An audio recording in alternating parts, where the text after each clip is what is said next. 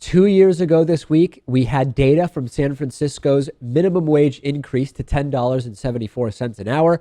For years prior to getting this data from San Francisco, we heard from the right, it's going to destroy the San Francisco economy. It's going to destroy fast food. It'll be a disaster.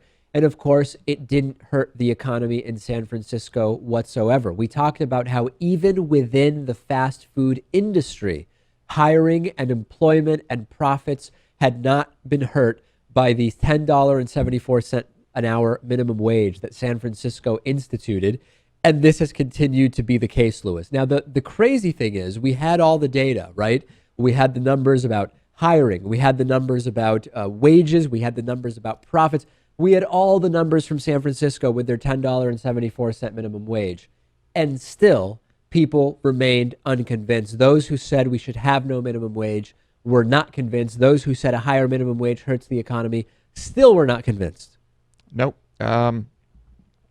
I don't even think you probably have people who live there and business owners who still were not convinced. But there are places in the country now that are going up to 15, going to be implemented over the course of several years. Right. It's going to take a long time to collect that data. And remember, unfortunately, it's not really an increase, inflation adjusted. Inflation adjusted, we're talking about tiny changes here. People seem to forget that.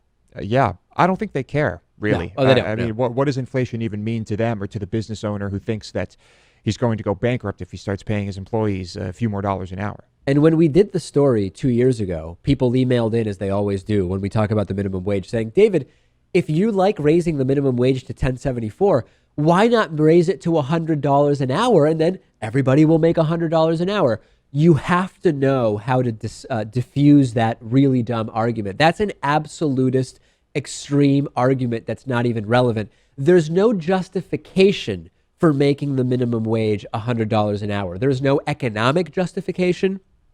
There's no equilibrium anywhere in the economy that would suggest that $100 an hour is where we need to be for a living wage. People who respond with that either, number one, are trolling you or just very, very antagonistic, or number two, don't understand anything about economics. Because when we say, hey, the minimum wage is lower than it was in 1968, inflation adjusted, we've got to raise it, or $15 minimum wage within the next 3 years, we need to remember what the context is. What is cost of living? And what are the mean and median wages in the economy? There's no economic indicator that would say the minimum wage should be $100 per hour.